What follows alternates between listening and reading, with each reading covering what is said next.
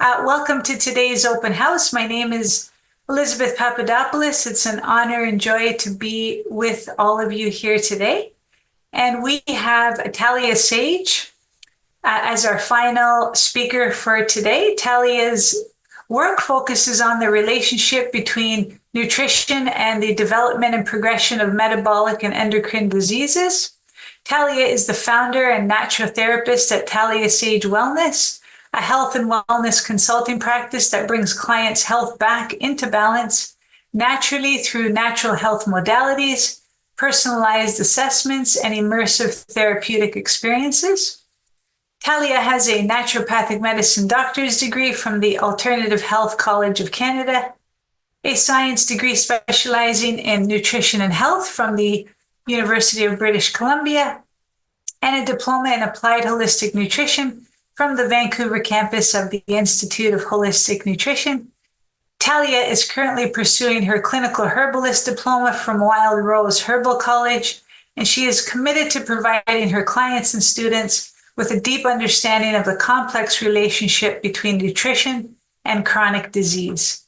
She wants her students to understand symptoms that are messages from the body's innate intelligence that directs us every single day. Tahlia teaches nutrition through the lifespan, symptomatology part 1, and also symptomatology part 2. Okay, let's welcome Tahlia. Thank you, Elizabeth. Thank you so much for having me here today. And I want to say that thank you so much for everybody who's here. If you're joining from the East Coast, thank you for staying after lunch. And if you're coming from the West Coast, then I'm really grateful that you woke up as early as I did. And let's get started. I'm so happy that you join us here for the last lecture. So I want you to stay until the end because I think this is going to be really, really great for you to find that spark and reignite that spark that I know that you have inside of you, that joy and that light.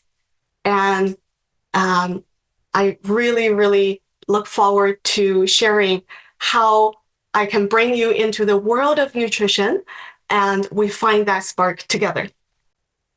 So through my years of clinical practice, what I find, you might be thinking, okay, I'm into endocrine and metabolic disease. What that means is I work with a lot of people with hormone problems and weight challenges.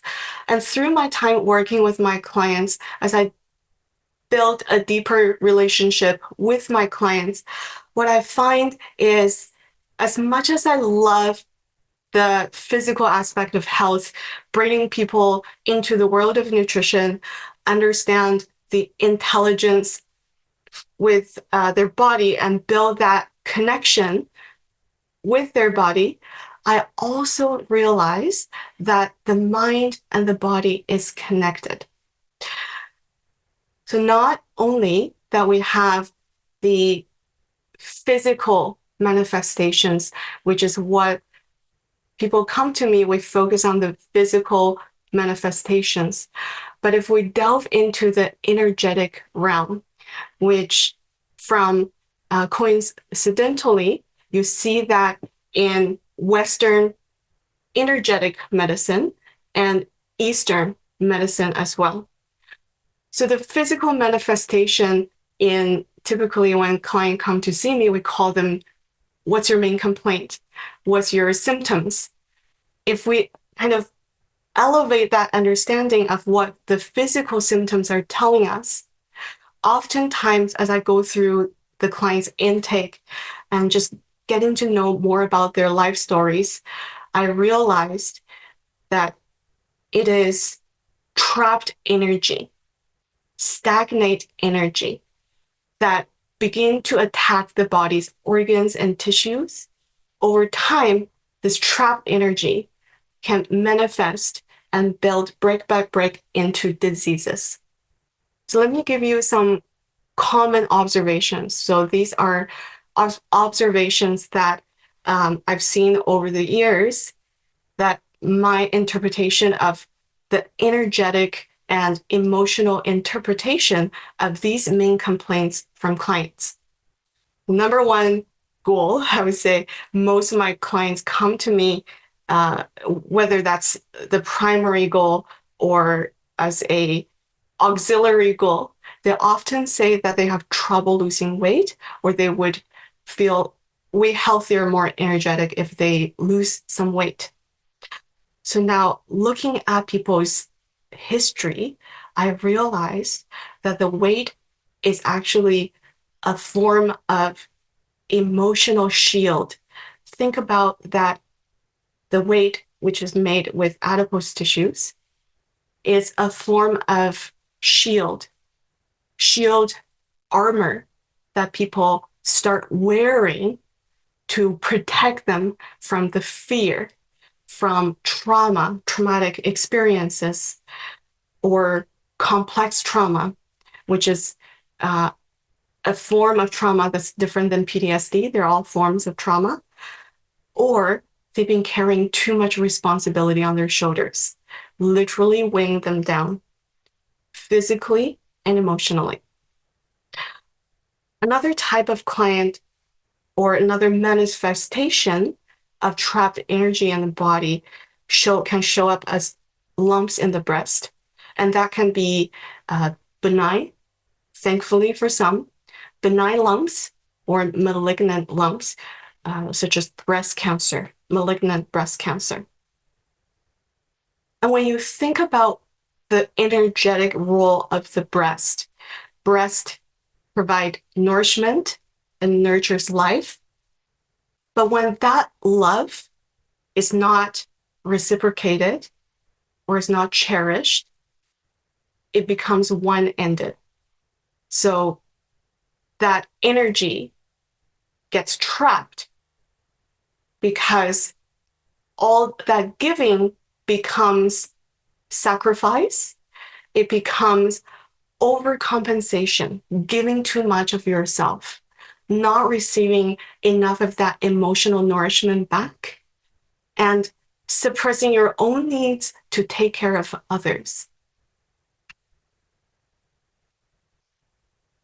Now, a third category of physical manifestation is metabolic syndrome, where you see people with headache, from high blood pressure, and you have diabetes. Some even have changed, heightened lipid levels like high cholesterol.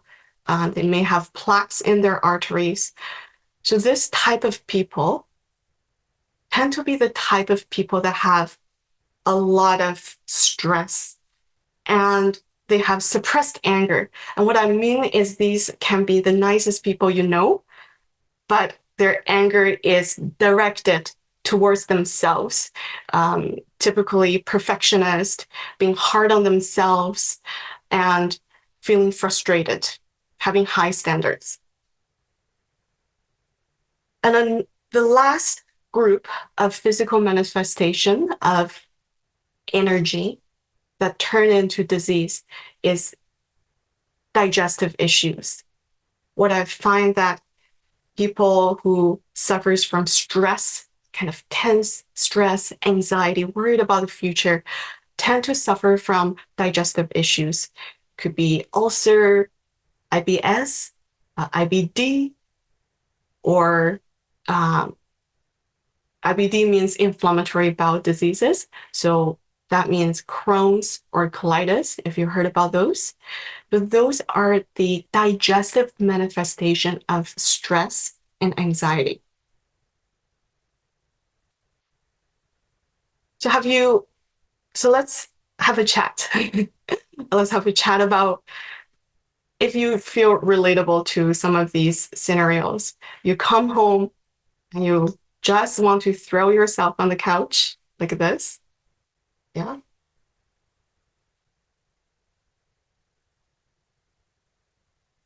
Or have you ever experienced feeling so drained by the end of the day, you crash on the couch, even fall asleep in front of the TV.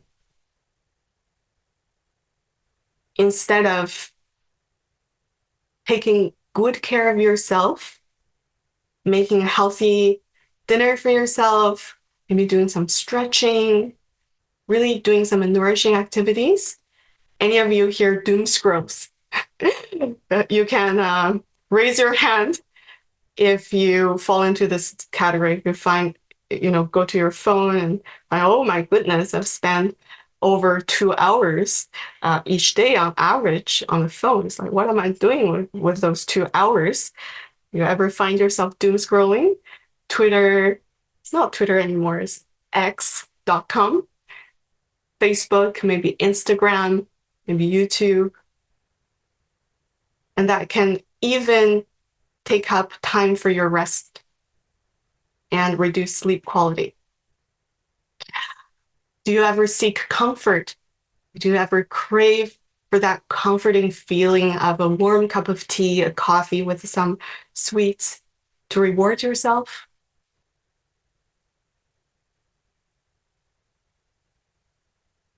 Or do you find yourself browsing online? Browsing online, this is a type of behavior that is trying to find that pleasure, trying to find that pleasure in life. So all of those examples that we talked about, I'm going to show you this in just a moment. If you feel that you are relatable to those symptoms I shared with you, so those are, you might be hard on yourself right now, or even when you're doing those things, you don't realize that those are anything but maybe you're just procrastinating, that you're not finding the motivation.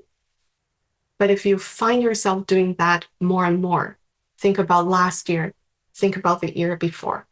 Are you doing those things more or less? So let me share some categories, the emotions that are behind these behaviors. And let's take a look at those. Loss of interest, low energy, and mood changes.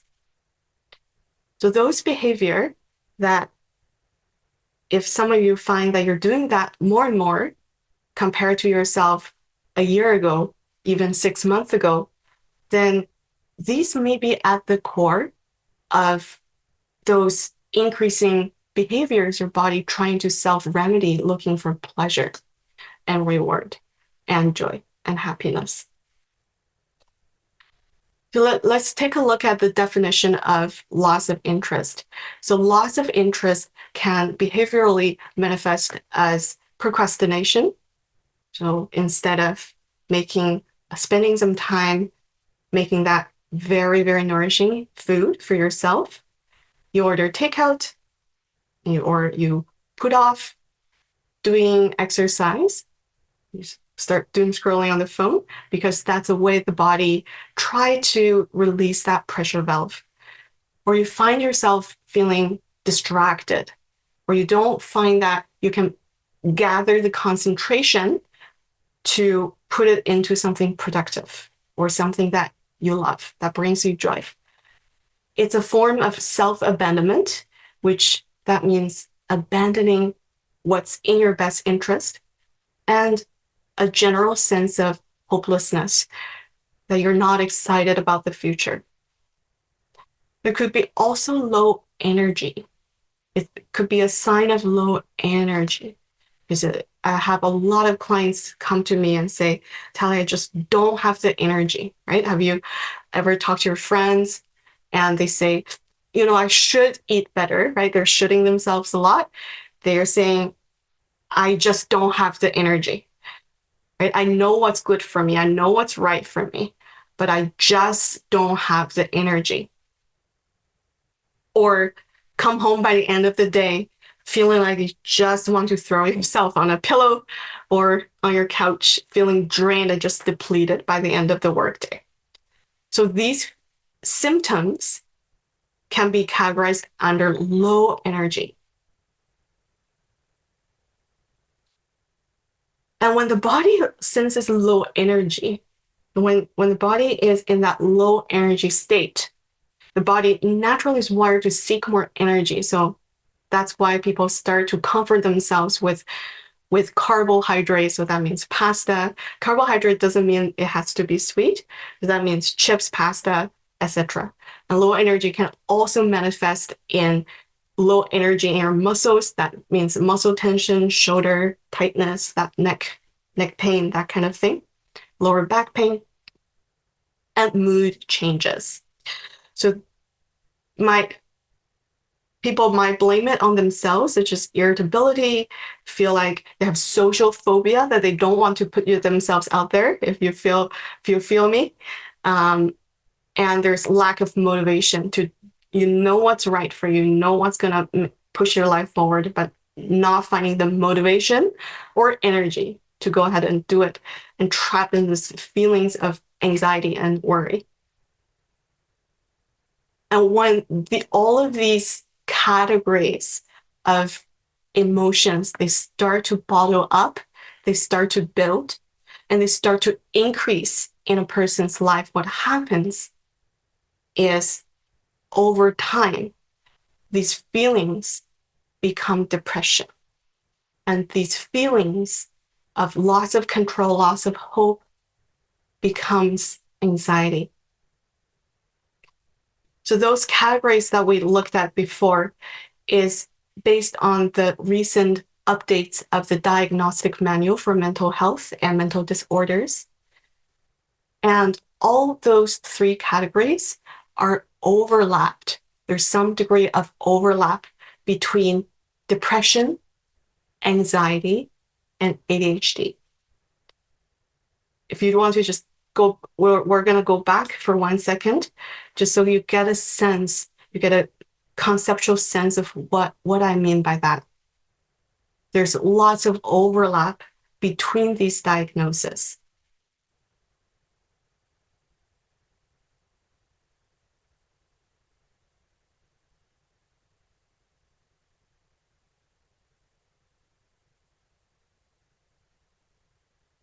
So now let's take a look at how you can make a change by starting to understand what the body needs. So first, let's look at the main mode of modalities in mental health today.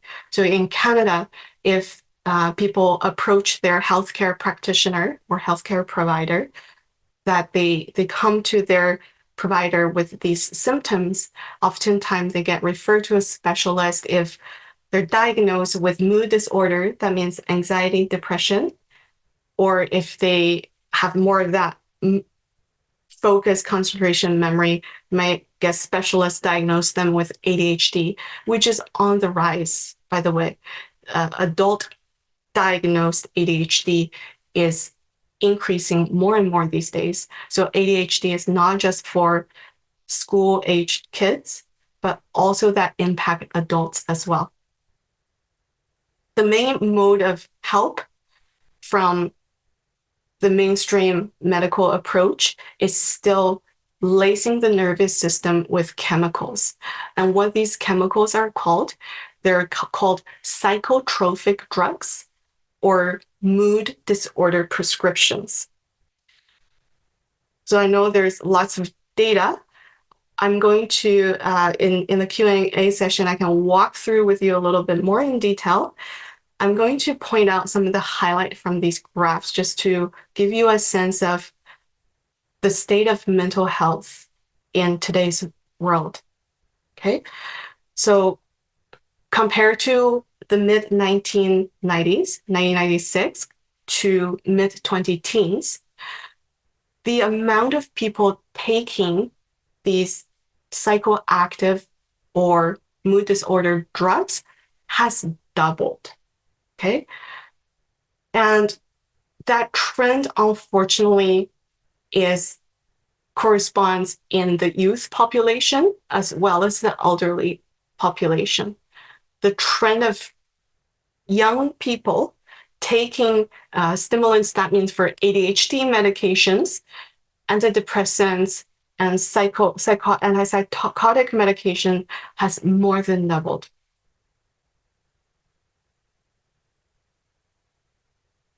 And since the COVID pandemic, we compare it to just over the COVID pandemic over here, that there is on average, 3% increase year after year. People are taking more and more of these mood disorder drugs. Antidepressant use is notably increasing. And this means ADHD drugs is increasing drastically.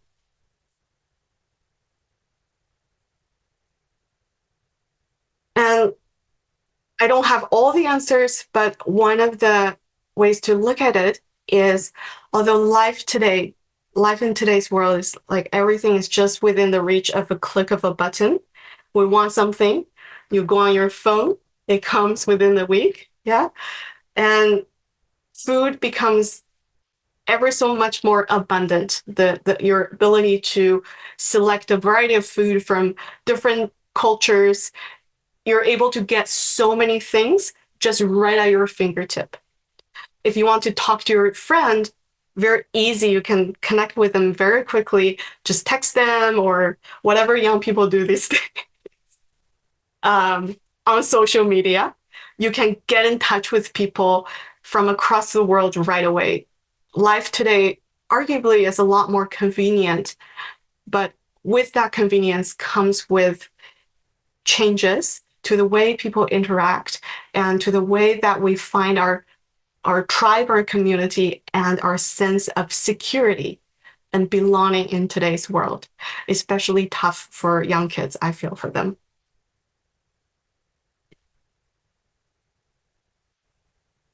So the current state, this is the most recent data that I can find, is from the year 2022. By the last large-scale survey in Canada, about 1 in 5 Canadian is taking some kind of prescription for mental health disorders. And if you look at the data on the right, what I mean is there's from the year 2012 to 2 decades later, where we're at is doubling of the amount of people diagnosed with depression and major depression, so very serious, debilitating depression. And if you look at social phobia, that is feeling social anxiety, not wanting to go out there and meet people, and that has tripled. And anxiety has doubled between these past 2 decades.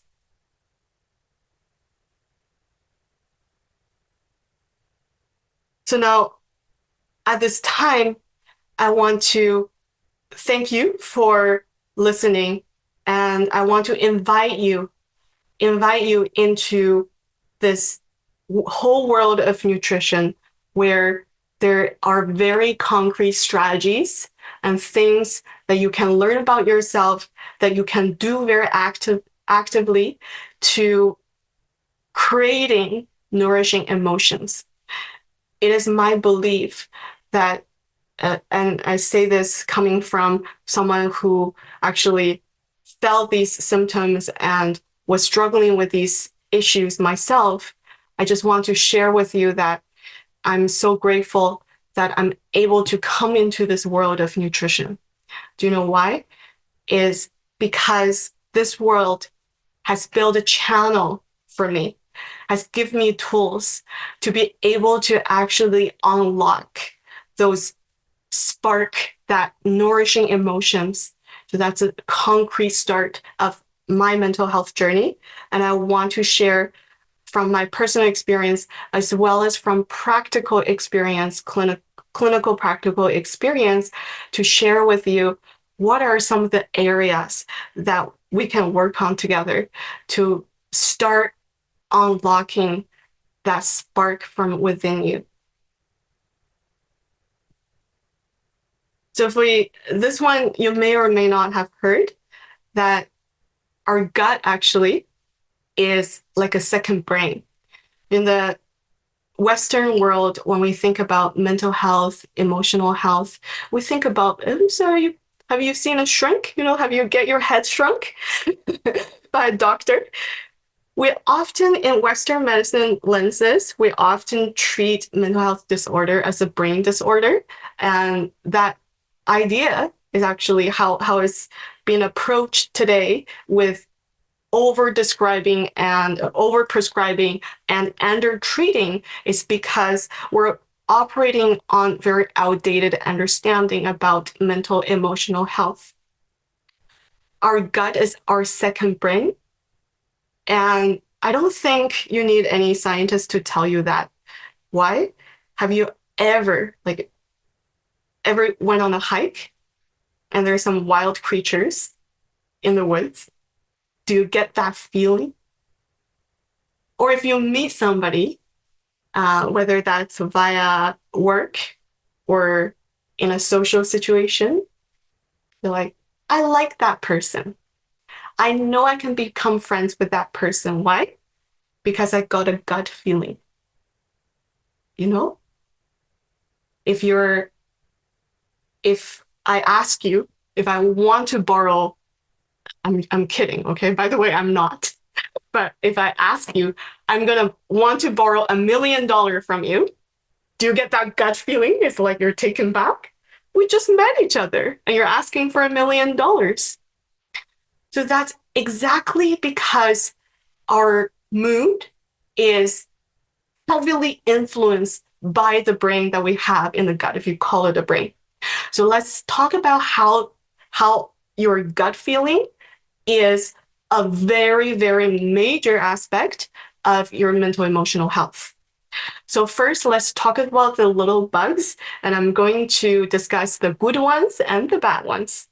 So now, the bugs, also known as the microbiome, you might have heard, they, in fact, can produce neurotransmitters. Sorry about the typo over there. Okay. So neurotransmitters are exactly those brain chemicals that is altered or added by those psychoactive medications.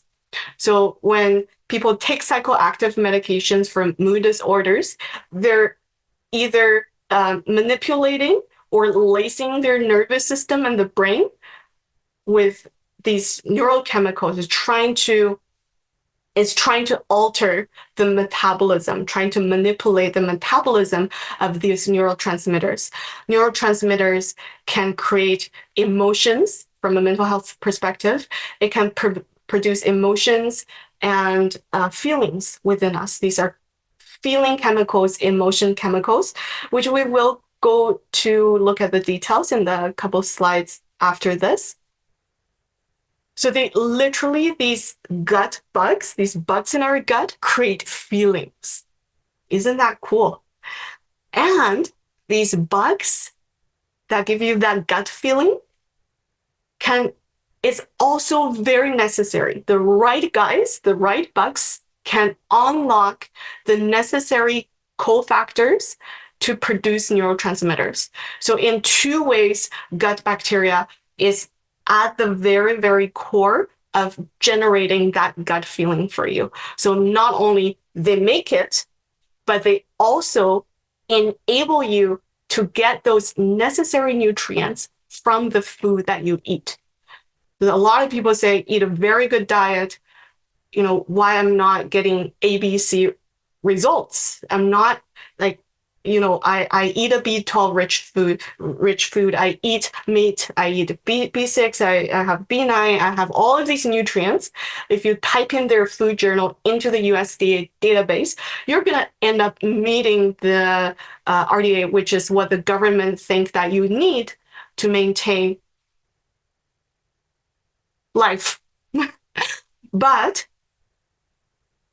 what's missing is we're not just a black box that we throw this nutrients in and there's going to be actual guaranteed result.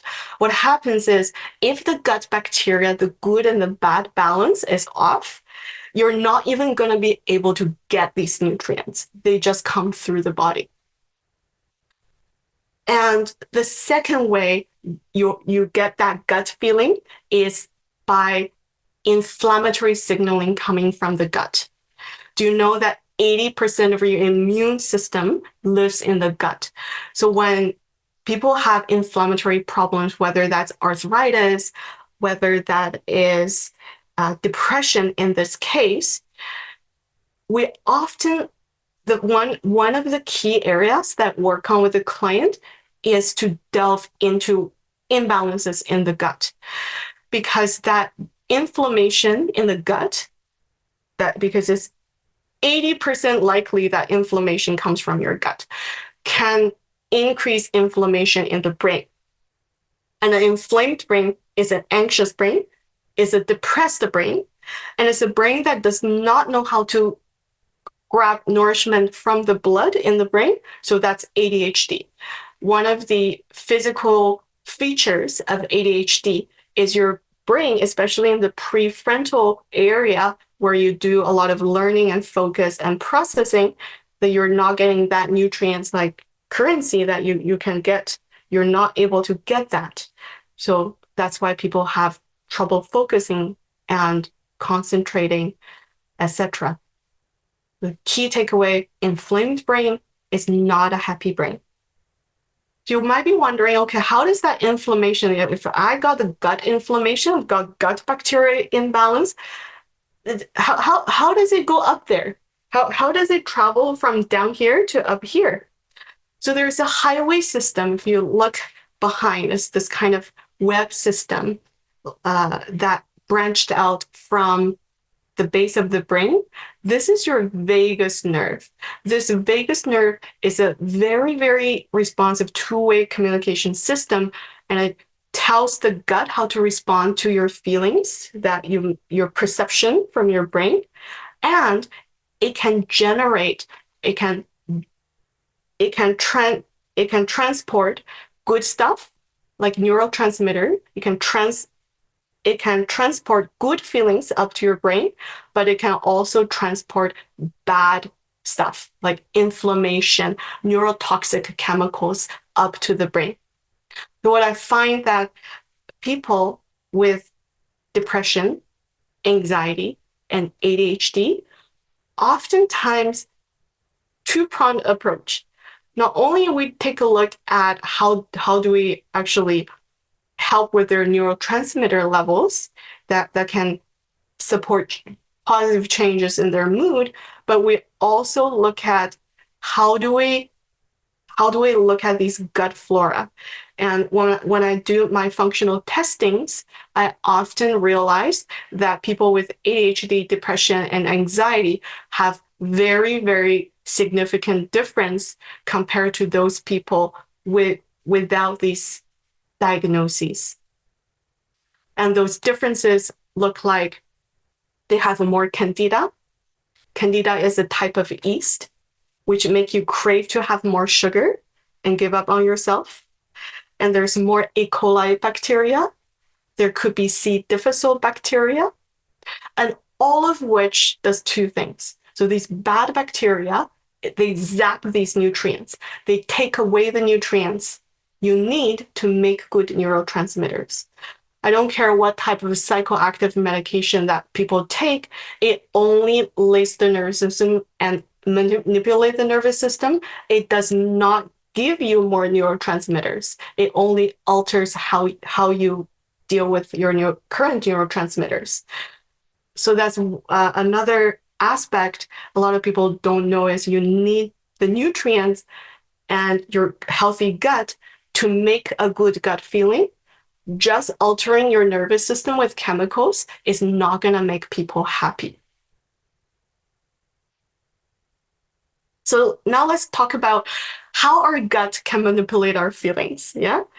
So there's a few, there's more stuff that I can go into. I just want to highlight a few to just share the love with you guys. That dopamine, that kind of like, I did it, I feel motivated, the pleasure reward craving. So dopamine, 50% of it is responsible to be produced by your gut. Oxytocin, you might know that as the bonding hormone, but it can act as a neurotransmitter, have that calming effect, creates a sense of safety, security, which counteracts anxiety in the body. You can actually get some by hugging somebody. You can hug me. You can, because I can't see you, but feel free to hug me. By hugging the computer is your free dose of oxytocin. And serotonin. Serotonin is the most prominent mood regulator. It is the feel-good hormone, and 95% of it you need is from your gut.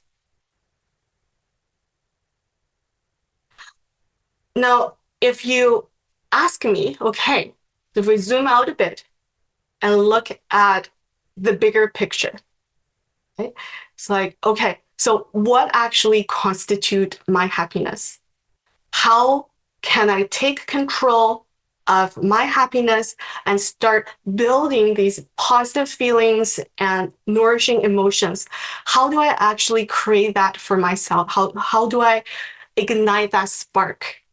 Well, research from reviews of general psychology from a while back determined that 50% of it comes from your genes, and the other, so kind of like the previous understanding is half and half. Your mom and dad determines how happy you are, and the other half is life circumstances. I disagree. Do you know why I disagree? Is it because as a SNP, which is your special signatures in your gene, I can analyze specific genes, but these genes have switches. And by proactively hitting those switches, you can alter how your genes are expressed. So you have more than, so far we know, more than 50%. So your happiness is in your hand, have over 50% of control over your happiness. And these are some of the genes that I look at for my clients doing a genetic analysis to look at if they need extra support in these areas to help them overcome their genetic settings. Now, I know we're running out of time, but lastly, I want to bring it back to my passion and clinical focus which is endocrine health. So endocrine health, that means your thyroid. And so thyroid determines your metabolism. You might hear about people have thyroid problems, they gain weight. And adrenals. Adrenal is above your kidneys. They give you adrenaline, and they also governs the wake and rest cycle, the circadian cycle, day to day, give you energy. So this is another part of that holistic assessment that I do for my clients looking to get that spark back into their lives, which is to understand if we have a misdiagnosed or underdiagnosed thyroid problem, or if you're running low on your battery. Okay, and thank you so much for your time today. And I want to invite you to join me on this journey to unlock that spark and happiness inside of you. If you go to my website or just simply scan this barcode, that will lead you to the booking screen where you can get a complimentary 15-minute discovery session. And I can't wait to talk to you more. Thank you. Amazing. Thank you so much, Thalia. That was fantastic.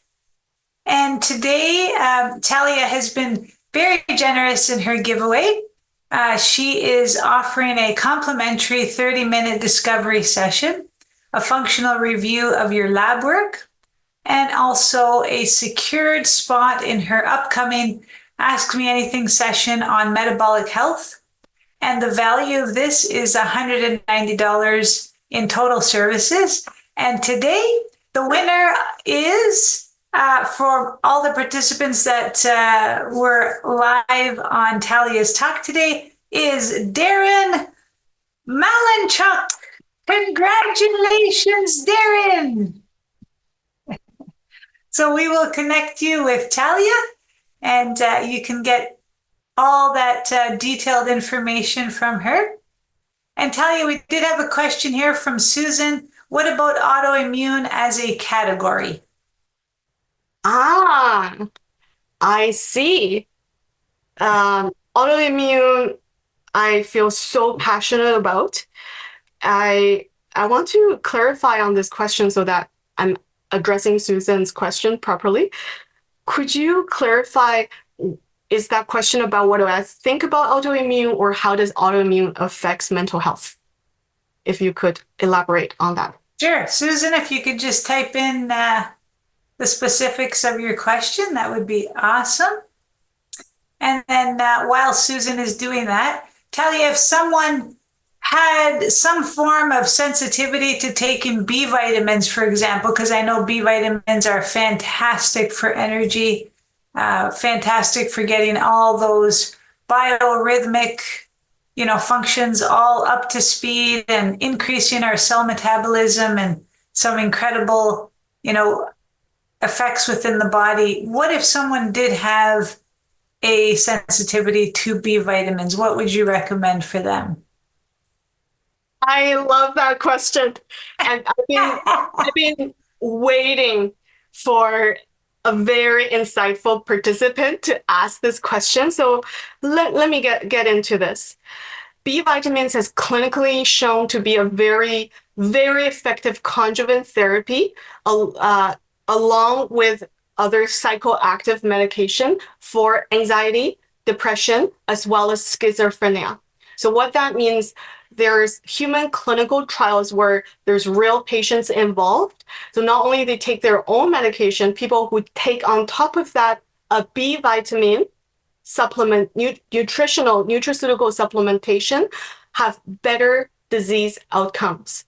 So their mood is more stabilized, and they kind of get their life back on track better. However, it is not uncommon for me to have that resistance from clients, like I cannot do B vitamins.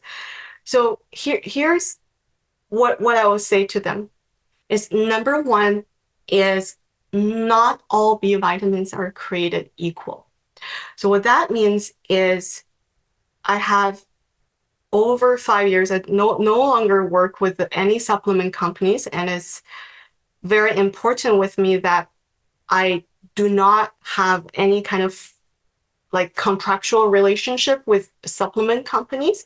It's because supplements, it is a whole other game. B vitamins, guess where they come from? If you actually know where they come from, I don't know if you really want to take them. They come from GMO corn. They come from soy. And when you extract these things from poor quality ingredients, then you may not be getting what you think you're getting. On top of that, in fundamentals and in nutrition symptomology, you will learn the different forms of B vitamins. So when you think about B12, for example, it's not just one vitamin. How it works is in your gut, it gets unlocked and transformed. So 2 steps already need to happen by your gut bacteria in the gut lining cell that peppered throughout your digestive tract. So if you have any weakness in your digestive tract, inflammation, or like we said before, an imbalance of the good bugs and the bad bugs, then that means that B vitamin may have a wrong effect compared to what you're looking for. So for those individuals, number one is I would like to make sure if they have any sort of gut imbalances that need to be addressed. And number two is, okay, then we look at their genetic. Are they genetically gifted that they are over producing or over activating these B vitamins? So then we take it as a genetic gift. But if you're actually low in B vitamins, if we do some functional testing, that you take the B vitamins, you have bad result, but you're actually showing in your cells, how your cells look and how these metabolites look, that you take the B vitamins, have adverse effect, but you're actually low in B vitamins.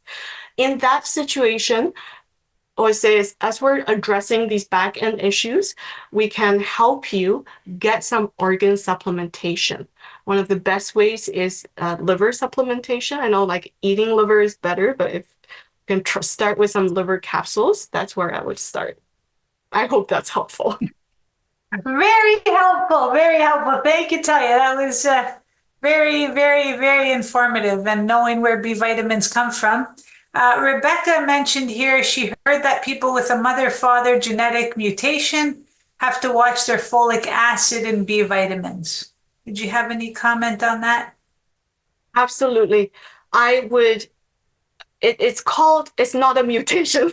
So you're not mutated. It's called a variation. Think about we're all diverse and we're all different.